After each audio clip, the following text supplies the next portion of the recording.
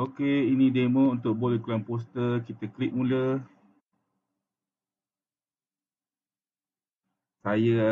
Ni produk yang saya nak gunakan ni saya ambil daripada Shopee.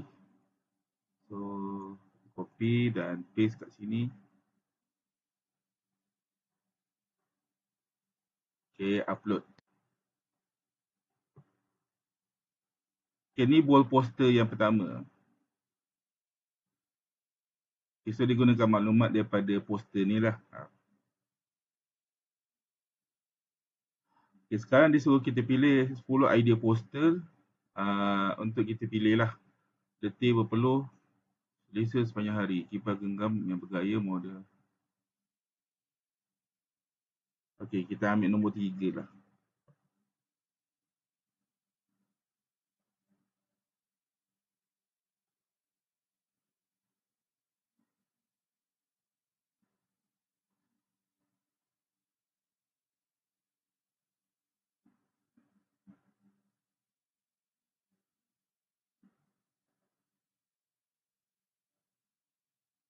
Okay, so dia akan buat.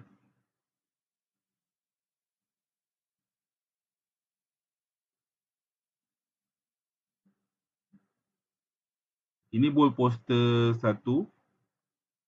Untuk bold poster seterusnya, saya akan buat video yang selepas inilah.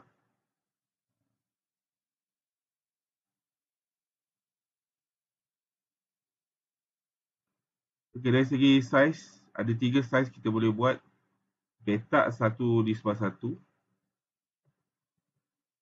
Atau untuk reels yang memanjang 16:9.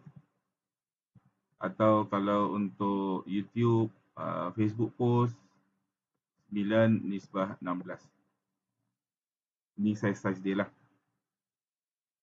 Ya, ataupun anda bagi tahu je nak buat untuk apa, untuk YouTube, thumbnail YouTube ke. Okay, macam ni 9:16 ya. 16:9. Sorry, saya terbalik.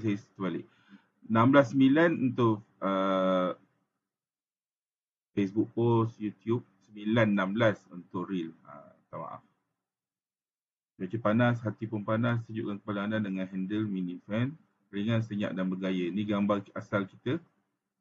Ni gambar kita punya. Kalau kita nak minta ubah suai ke apa ke, kita just bagi tahu je apa benda yang nak adjust. Nak tukar perkataan, nak tukar warna, nak kipas ni lebih dramatik apa.